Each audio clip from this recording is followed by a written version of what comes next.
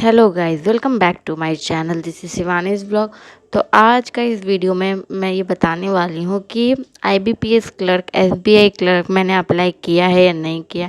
मुझे एक कमेंट आया था कि आपने एसबीआई क्लर्क और आईबीपीएस क्लर्क में अप्लाई किया है या नहीं किया। तो मैंने सोचा मैं वीडियो के थ्रू अगर किन्हीं और को भी जानना होगा तो उनके लिए मैं ये वीडियो बना देती हूँ, ताकि जो उनके भी मन में क्वेरी होगी उनको पता चल जाएगा कि मैंने आईबीपीएस क्लर्क और एसबीआई क्लर्क के लिए अप्लाई किया है कि नहीं किया है। तो पिछले आपने जो मेरा मॉक अटेम्प्ट अप्रोच देखा होगा तो आपको पता चल गया होगा कि मैं आईबीपीएस क्लर्क का मॉक तो लगा ही हूँ। तो इसका मतलब मैंने आईबीपीएस क्लर्क अप्लाई किया है। एंड अब बात रही मैंने कौन से स्टेट को चूज़ किया आईबीपीएस क्लर्क को, मतलब स्टेट चूज़ किया अप्लाई करने के लिए। तो मैंने जो आईबीपीएस क्लर्क था उसे मैंने इस बिहार से ही अप्लाई किया।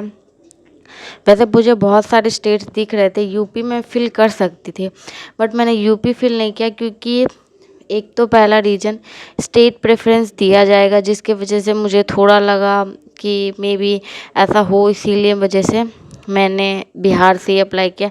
एंड कुछ सर्टेन मेरे रीजन्स थे, तो उस वजह से मैंने आईबीपीएस क्लर्क को बिहार से अप्लाई किया। एंड जो सेकंड था कि एसबीआई क्लर्क को अप्लाई किया है कि नहीं किया है, रेगुलर और बैकलॉग। तो सबसे पहले मैं बात करती हूँ बैकलॉग की। तो बैकलॉग में तो वैकेंसी ही नहीं है। अगर कुछ स्टेट में मतलब ओबीसी का अगर मैं हिंदी लैंग्वेज में चेक करूँ तो बिल्कुल नहीं है, मतलब बैकलॉग में। तो मैंने इस वजह से सोचा कि मैं एसबीआई क्लर्क बैकलॉग वैकेंसी नहीं फिल करूँगी, क्योंकि मुझे उसमें वैकेंसी नहीं दिख रही थी। वो सिर्फ एससी एसटी और कुछ जो डिसेबिलिटी वाले या अदर सेक्शन वाले उन्हीं के लिए। ओबीसी और जनरल का तो उसमें मेंशन ही नहीं है कि उनके लिए कुछ वैकेंसी अच्छी दी गई हो। तो जिस वजह से मैंने बैकलॉग नहीं भरा, क्योंकि मुझे बैकलॉग भरना मतलब कुछ लगा ही नहीं। मुझे लगा सिर्फ एग्ज़ाम जाओ और देख कर आ जाओ। तो मैंने सोचा उससे अच्छा मैं नहीं ही भरती हूँ। अगर मुझे अप्लाई करना है तो मैं किसी और फॉर्म में अप्लाई कर दूँगी। अगर कोई अच्छी वैकेंसी आई होगी तो मैं उसमें अप्लाई कर दूँगी। इस वजह से मैंने बैकलॉग नहीं फिल किया। एंड सेकेंड बात रही मैंने रेगुलर भरी या नहीं भरी। तो रेगुलर तो मैंने भरी, क्योंकि बिहार के स्टेट में 0 वैकेंसी थी। तो इस वजह से मैंने दूसरे स्टेट को चेक किया, तो जो हिंदी लैंग्वेज वाले स्टेट थे उसमें मुझे यूपी अच्छा दिख रहा था। महाराष्ट्र में वैसे बहुत अच्छा लग रहा था, बट वह मराठी की वजह से मैं उसको फिल नहीं कर सकती थी, जिस वजह से मैंने यूपी को फिल किया। एंड यूपी में मैंने फिल किया और मेरा सेंटर मतलब जो है वो बिहार में ही पड़ेगा। उसमें ऑप्शन दिख रहा था कि आप कौन से स्टेट के लिए अप्लाई करने वाले हो एंड सेंटर आप किसी स्टेट में देना चाहते हो। तो उस वजह से सेंटर मेरा बिहार में ही पड़ेगा, जो कि बहुत ही अच्छा है।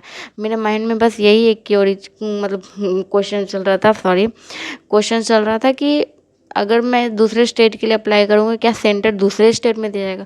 तो ऐसी बात नहीं थी। अप्लाई मैंने दूसरे स्टेट के लिए किया, बट सेंटर मेरे ही स्टेट में है, तो जो कि बहुत अच्छा था।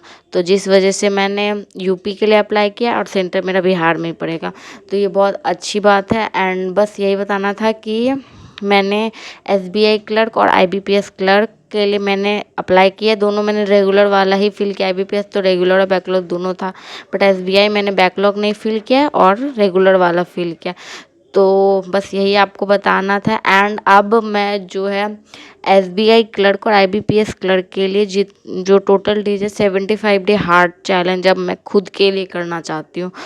तो वो मैं एक 75 डेज़ का एक सीरीज़ ही मतलब अब बना कर रखूँगी कि रेगुलर ही अब मैं रहूँगी। तो अब मुझे ये वाले एग्ज़ाम के लिए फुल 100% अपना देना होगा, और मैं दूंगी भी। तो आप भी मेरे साथ जुड़े रहिए एंड इसको आप भी अटेम्प्ट कीजिएगा और उसे मतलब क्रैक करना ही करना, इसी मोटिवेशन के साथ अब चलना ही है अब।